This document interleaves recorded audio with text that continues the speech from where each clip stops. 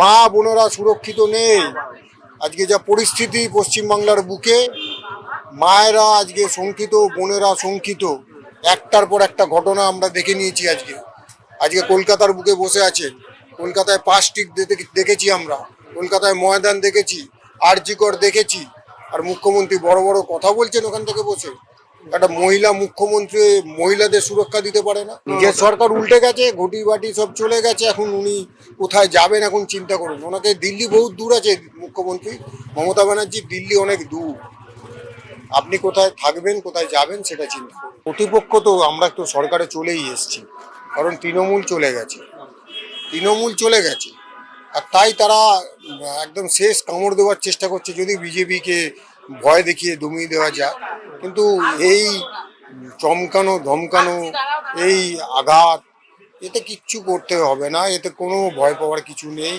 দিদিমণি আর তার দল অর্থাৎ মমতা ব্যানার্জি পশ্চিমবাংলা থেকে বিদায় নিয়ে নিয়েছে, বাংলার মানুষ সিদ্ধান্ত নিয়ে নিয়েছে। তাই মারপিট করুক, মিথ্যা মামলা দিক, যা কিছু করুক, কোনো বিজেপিকে দমাতে পারবে না। বিজেপি আগামী দিনে সরকারে আসছে, এটা নিশ্চিত হয়ে গেছে। আমাদের দল নিয়ে চিন্তা করতে হবে না।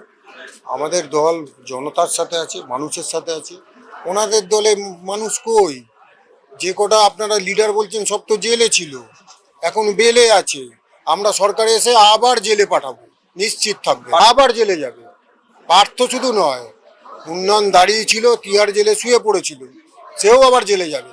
খাদ্যমন্ত্রী জেলে যাবে, জনগণের টাকা নিয়ে নয় ছয় করবে, আর আমরা ছেড়ে দেবো, এ কোনোদিন হবে না, কোনোদিন হবে না।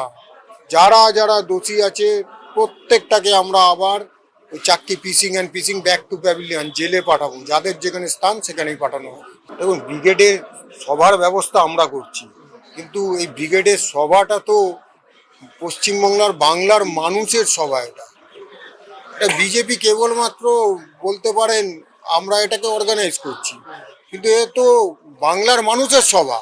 আর তাই বাংলার মানুষের সভায় আমরা কি এস্টিমেট দেবো? বাংলার মানুষ, লক্ষ লক্ষ মানুষ যে ব্রিগেডে আসবেন 14 তারিখ, প্রধানমন্ত্রী যে বার্তা দেবেন সেটা শোনার জন্যে। সেদিন দেখবেন ঐতিহাসিক ব্রিগেড হবে, ঐতিহাসিক ব্রিগেড হবে।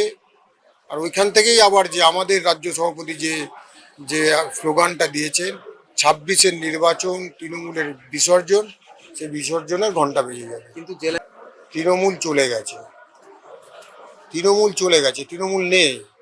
আর যারা এরকম খুচখাচ এরকম করবে, আমি কি বললাম, এটা মানুষের ব্রিগেড।